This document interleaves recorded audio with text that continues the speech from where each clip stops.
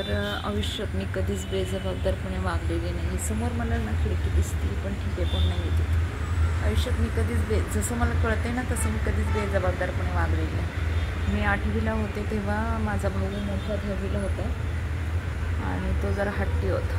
तर त्यांनी घर सोडून वगैरे गेला. तेव्हापासून जी जबाबदारीने वागायची सवय लागली आहे मला. आजपर्यंत मी जबाबदारीने वागत आली. पण माझ्या आयुष्यात मात्र बेजबाबदार माणसं येतात. बेजबाबदार म्हणजे अतिच बेजबाबदार. त्यामुळे मला असं वाटते कदाचित आपण जबाबदारीने वागतो म्हणून समोरचा माणूस बेजबाबदारपणे वागत असेल आणि तो आपल्याला गृहीत धरून आपल्याशी कसंही वागत असेल.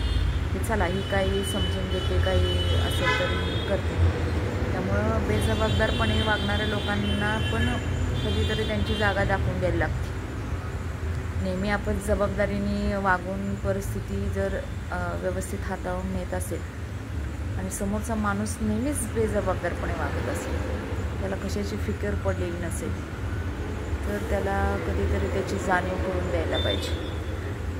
आणि जर का म्हणजे मी सहजासहजी कधी परिस्थितीसमोर हार मानत नाही.